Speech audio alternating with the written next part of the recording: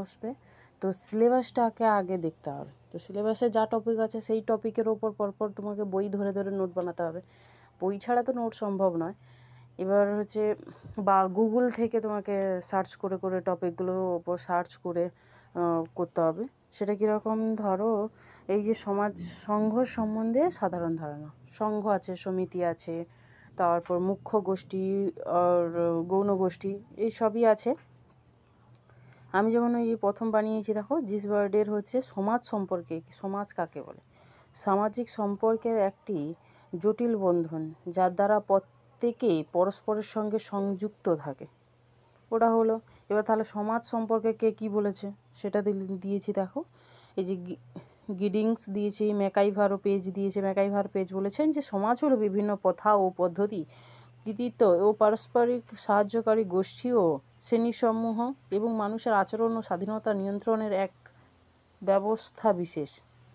যেমন এই যে দিয়েছে, আমি তোমাদের এই পেজটা কপি করে পাঠালাম, এগুলো আমার 11 তারিখের বানানো কপি।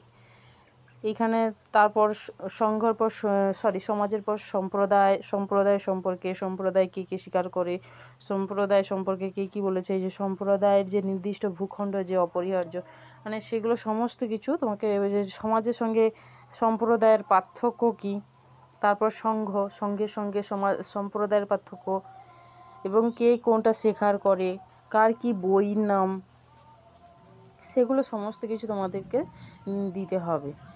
আর এই যে সংঘ মধ্যে প্রতিষ্ঠানের কি পার্থক্য, কীরকম কী দুটো, সেটা জানতে হবে।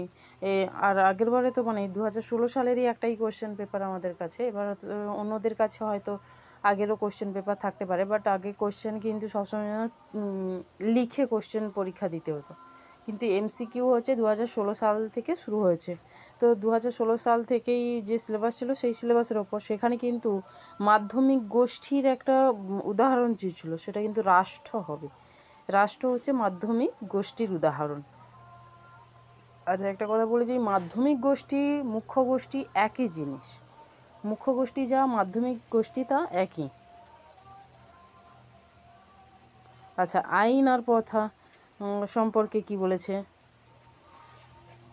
এই যে প্রথা সামাজিক আচরণের অলিখিত অভ্যাসলব্ধ পদ্ধতিকে প্রথা বলে। কীরকম না, বয়স্ক ব্যক্তিদের শ্রদ্ধা করা, বয়স্কদের শ্রদ্ধা করা, যেমন বাবা মাকে শ্রদ্ধা করা বা প্রণাম করা, এই যে ব্যাপারগুলো থাকে, বড়দের সম্মান করা, ছোটদেরকে ভালোবাসা দেওয়া, এইগুলো হচ্ছে প্রথা।